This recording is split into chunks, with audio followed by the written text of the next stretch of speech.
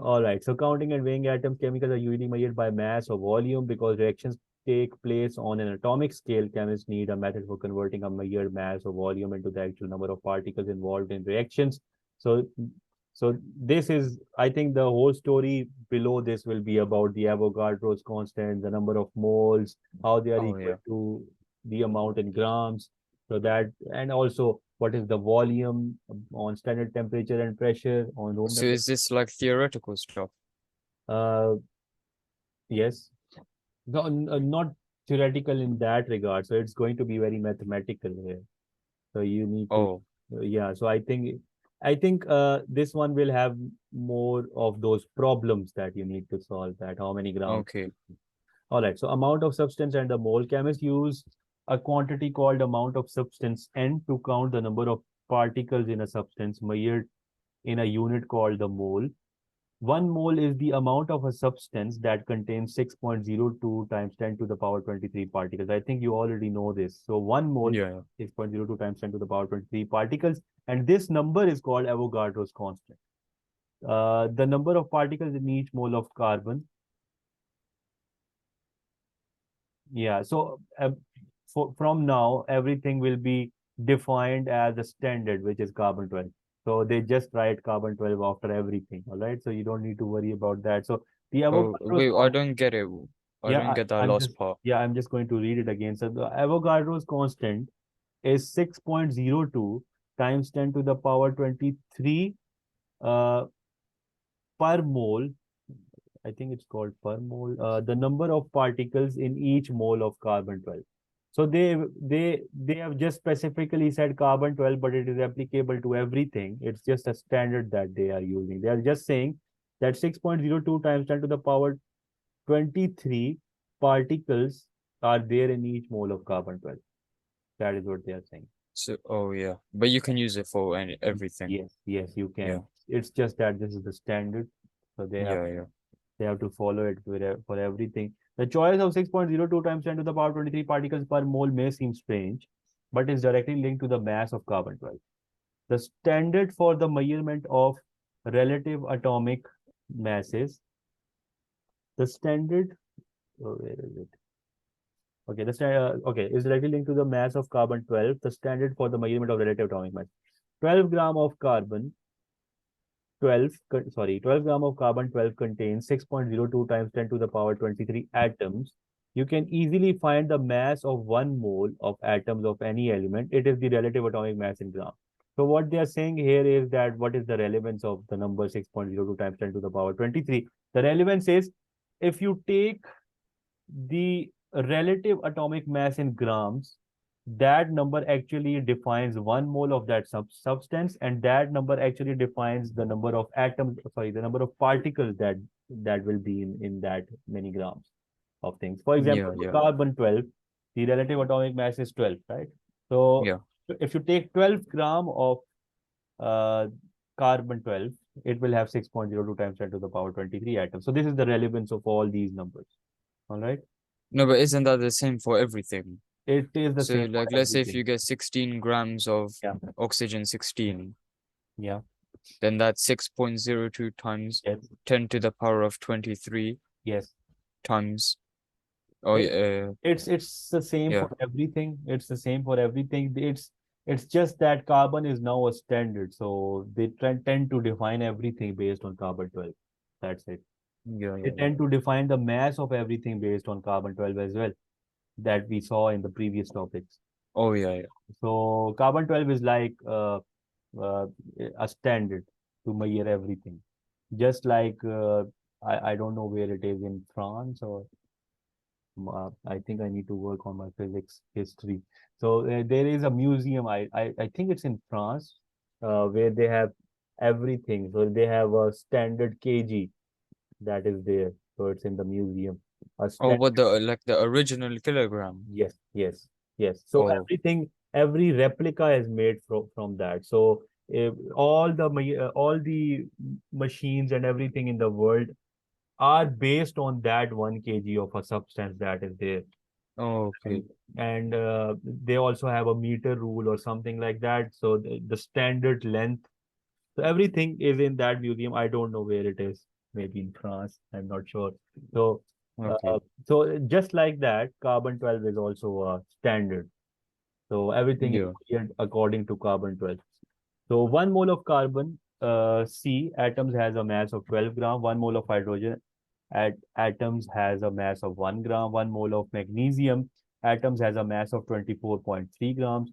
1 mole of iron atoms has a mass of 55.8 grams. And all of these numbers are the relative atomic masses of these elements. And in grams, they are equal to 1 mole of these substances. Yeah. All right. So if you have a sample of an element and know its mass, you now have a way of knowing the number of atoms. This is a very important idea for chemistry. It offers an easy way of counting something that cannot be seen just by measuring the mass. So I think this is straightforward. Uh, the Avogadro's constant, amazingly large. It is difficult for us to comprehend the size of very large numbers. 6.02 times 10 to the power 23, which is 1 mole. Pennies. If 6.002 times 10 to the power 23 pennies were shared evenly between all humans on Earth, every person could spend what, 1 million? 1 million. It means 1 million Yeah, 1 million pounds every hour. for their whole life. So it's a very big number. That is what they want to say. Yeah. So particles matter. Um, I was watching a funny video. I don't exactly remember it. The women said that Elon Musk has $120 billion. So if Okay. and the population is $10 billion. Yeah. So she said that if Elon Musk gives $1 billion to everyone in the world, then everyone will be a billionaire and Elon Musk will still have $110 billion. She needs to work on her maths. Yeah. Yes. So yeah, so that was funny, and she was so confident when she was saying that I also got confused for some time. Okay. The Yeah, I party. saw some video like that as well. Yeah. For a second, I thought it was like, I was like, oh, she's onto something. But then I realized what? Yeah. All right. So particles matter. Amount of substance and moles can refer to anything, not just atoms. When you work in moles, it is important to use the formula or unambiguous name of a substance for clarity. 1 mole of hydrogen, 1 mole of hydrogen atom. It's equal to 1 mole of hydrogen atoms. 1 mole of H2 is equal to 1 mole of hydrogen molecules. Yeah. Right? And 2 moles of hydrogen atoms. Yes, 2 moles of hydrogen atoms, you can say, if you separate them. Molar mass. So molar mass gives a convenient way of linking moles with mass for any chemical substance. So molar mass is always given like that. So it's the mass of 1 mole of a substance Yeah, yeah. in grams. So molar mass So of it's carbon, basically relative atomic mass, the but yeah, relative is different. the relative formula mass. Relative formula mass for things that like NO2 and Na2 CO3, but relative atomic mass for things like just carbon. No, not relative atomic mass, I think mass number. Because relative atomic mass is all of the isotopes, mean of all isotopes. So I don't think usually it's like relative atomic mass. I just think it's mass number.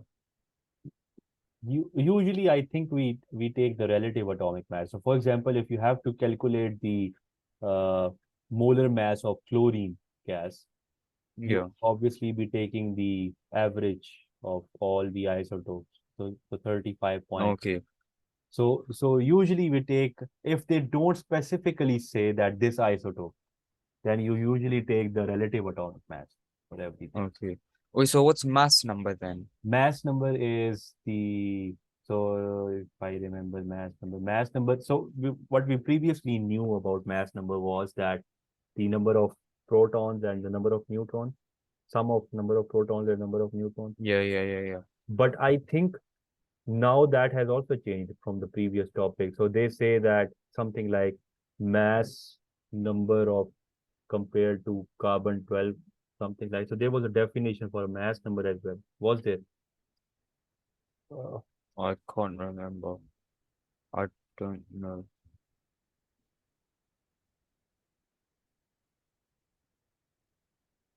This is something we went through today. Relative atomic masses. So I just told you about relative atomic masses. They also compare everything with even the relative atomic masses. They compare it with carbon as well. Relative atomic masses, Oh the yeah. weighted mean mass of an atom of an element relative to 1/12 of the mass of an atom of carbon 12, right? So they compare it to carbon everywhere. I'm just Or a oh relative yeah, isotopic mass. yes. So they have changed. I'm trying to remember relative isotopic mass. So yeah, so they don't not say mass number now. So mass number is still the same thing. So it's the number of protons plus the number of neutrons for Yeah. everything. But they use this term relative isotopic mass is the mass of an isotope relative to 1/12. So this is what they use now. So Wait, for so what was this again? I forgot what this was.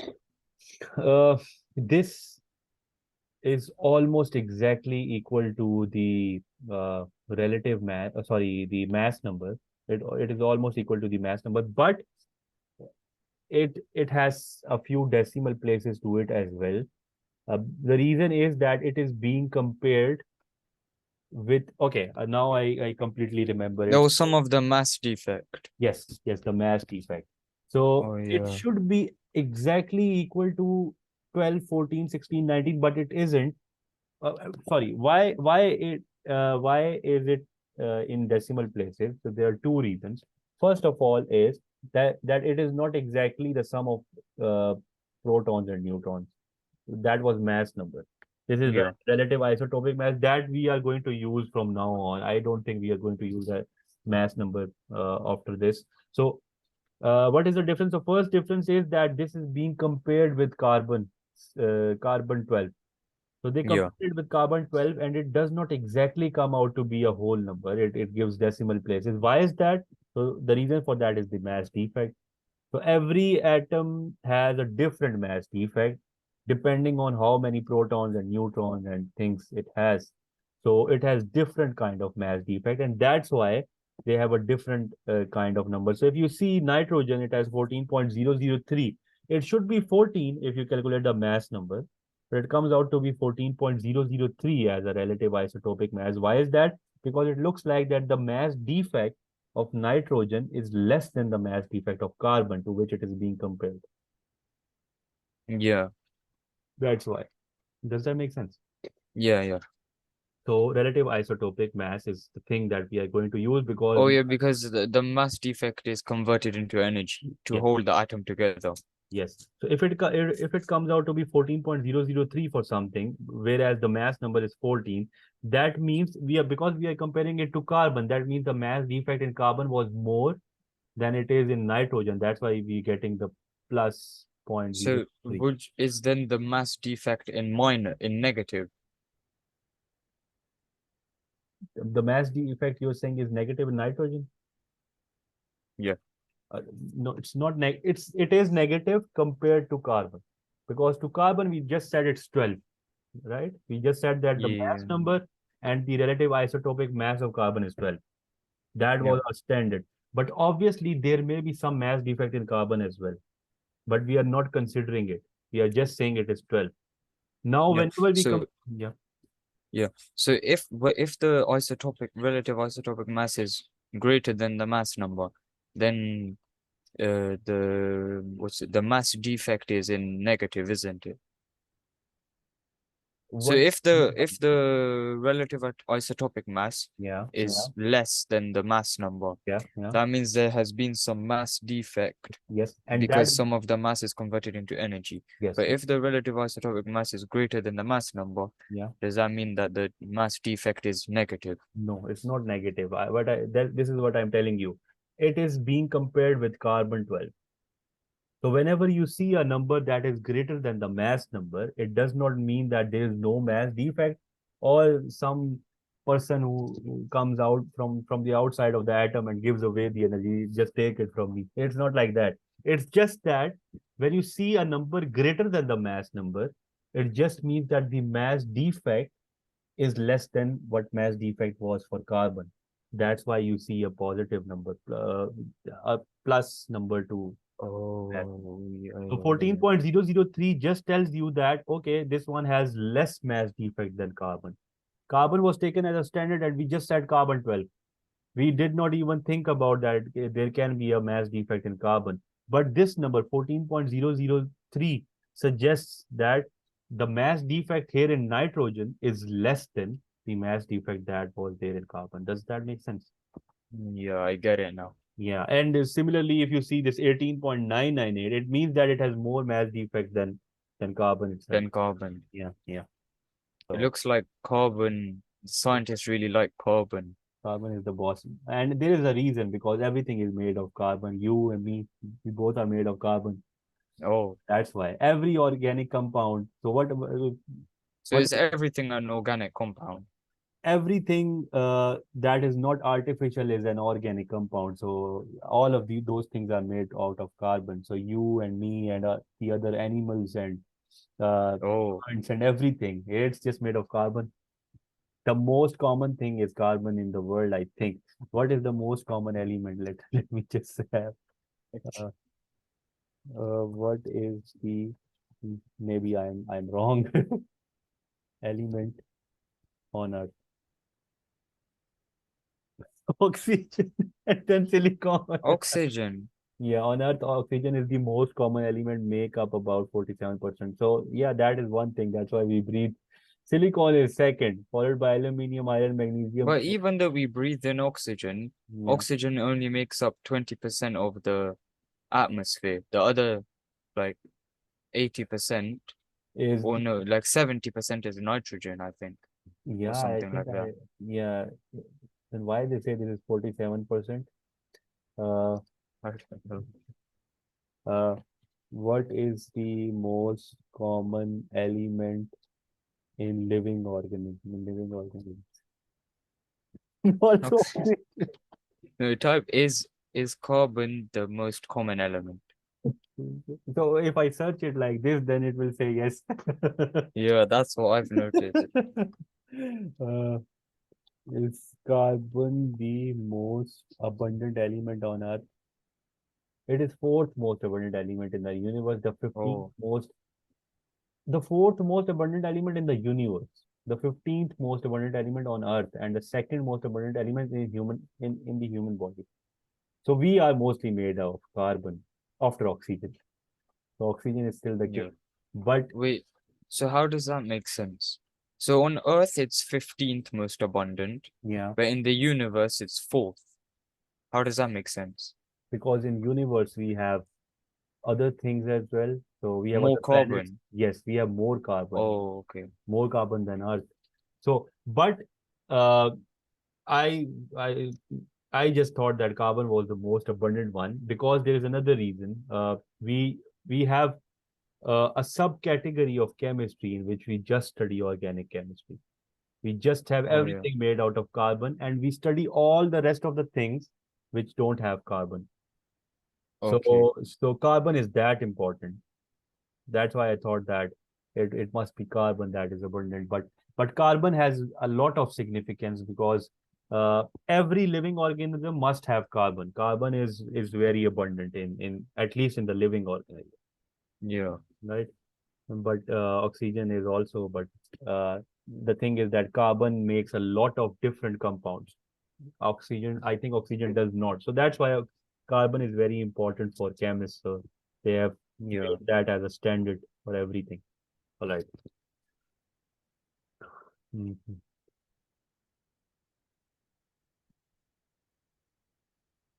Okay, so molar mass. So molar mass of carbon. So they have used the what was that relative isotopic mass? If you write it in grams per mole, that will be the molar mass.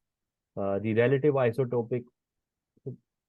This will be relative formula mass because it's a compound NO2. So relative formula mass. If you write it in grams per mole, then it's the molar mass. You get the point, right? Yeah, yeah. So molar mass. Is the unit for molar mass grams per mole? Yes, yes. So the I thought it definition, was just grams.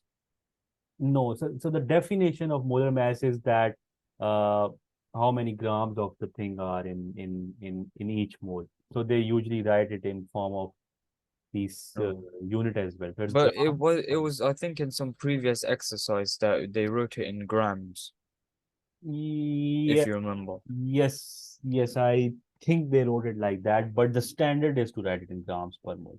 If you write it in Okay. grams, it's 46 gram per mole is something that is in grams, right? So you can also write grams, but the Oh, standard to write it is in grams per mole because that's the number of grams in each mole. So that's why they write grams per mole. yeah. Does that make sense? So if you have to write, always write it like this because this is the standard, right? Yeah, yeah. Molar mass gives the mass in grams in each mole of the substance. Molar mass is the mass per mole of a substance. The unit of molar mass are gram per mole. Amount of substance N, mass M, molar mass M are likely linked by the equation. So this is the equation. If you remember, this is just the we used to call Oh, for moles, to find yeah, out number of moles. moles is equal to mass over relative formula mass. That was what we used to study.